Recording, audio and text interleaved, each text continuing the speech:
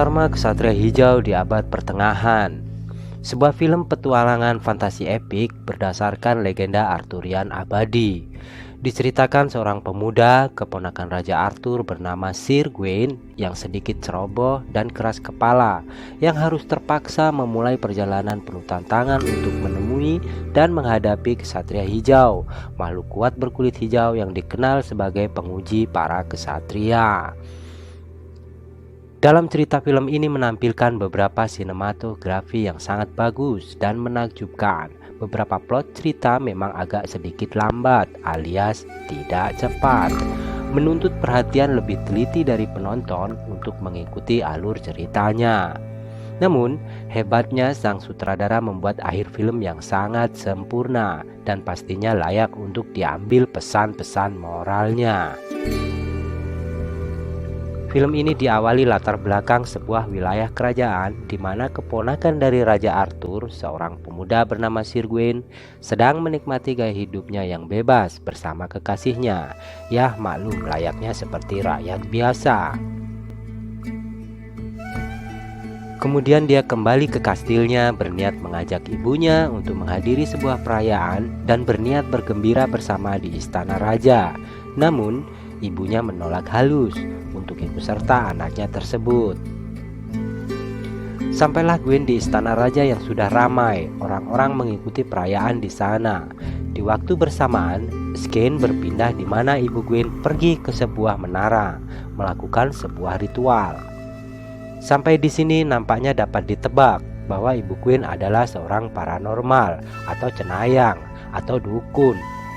Di perayaan istana, tiba-tiba Raja Arthur memanggil Gawain untuk duduk di sampingnya karena Gawain memang masih kerabat istana, dianggap pantas mendapatkan kehormatan tersebut.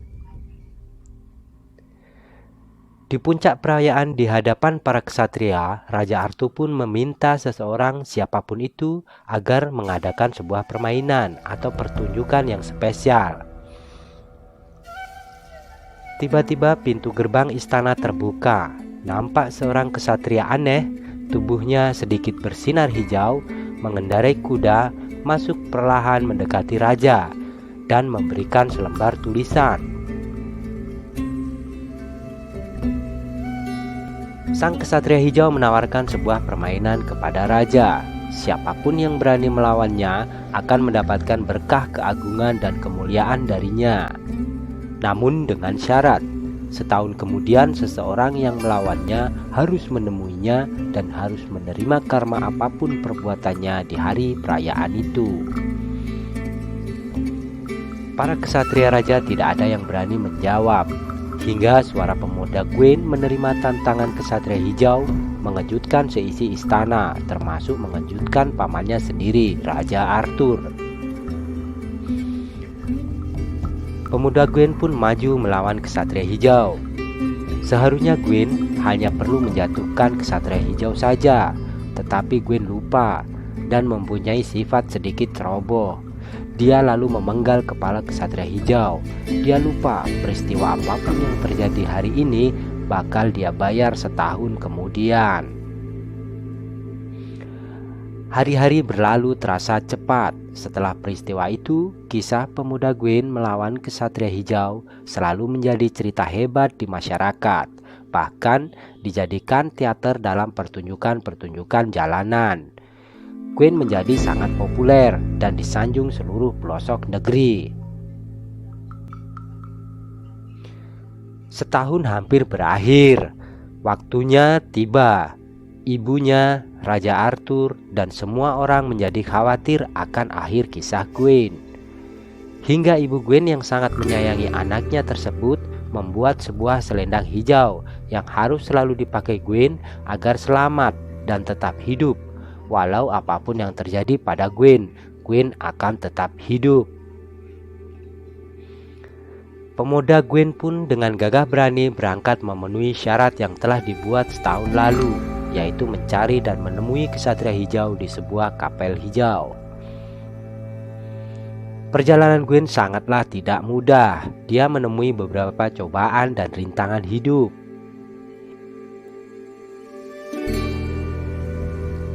Hingga pada akhirnya Gwen menemukan anak sungai yang menemukan sebuah kapel penuh tanaman liar. Nampak sosok ksatria hijau duduk di sebuah singgasana tanpa sepatah kata pun.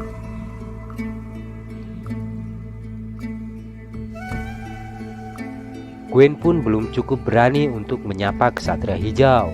Sepanjang malam Gwen hanya terdiam, terduduk di hadapan ksatria hijau.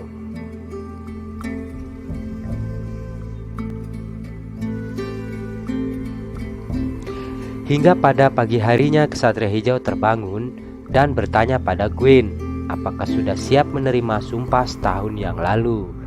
Namun ketika hendak menerima karmanya yang telah memenggal ksatria hijau, ternyata pemuda Gwen belum cukup siap. Dia lari keluar kapel untuk kembali pulang dan meninggalkan ksatria hijau begitu saja. Selama perjalanan pulang, Gwen terlihat terpukul dan menyesali semua perbuatannya di masa lalu yang harus dibayarnya di masa sekarang. Hari-hari berlalu, pemuda Gwen pun meneteskan air mata saat pamannya Raja Arthur di akhir hayatnya menobatkannya sebagai raja pengganti. Setelah menjadi raja, bukan bahagia yang Gwen dapatkan, melainkan kesedihan-kesedihan yang Gwen alami. Mulai dari kehilangan kekasih, kehilangan anak, hingga kehilangan seluruh keluarga kerajaannya karena kalah perang.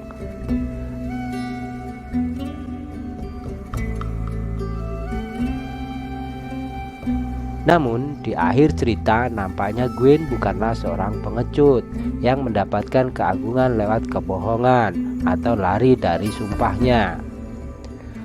Karena di scan terakhir terlihat kembali saat sebelum Gwen lari dari kapel hijau, terlihat Gwen melepas sabuk jimat yang diberikan ibunya sebelum akhirnya ikhlas menerima karma dari ksatria hijau.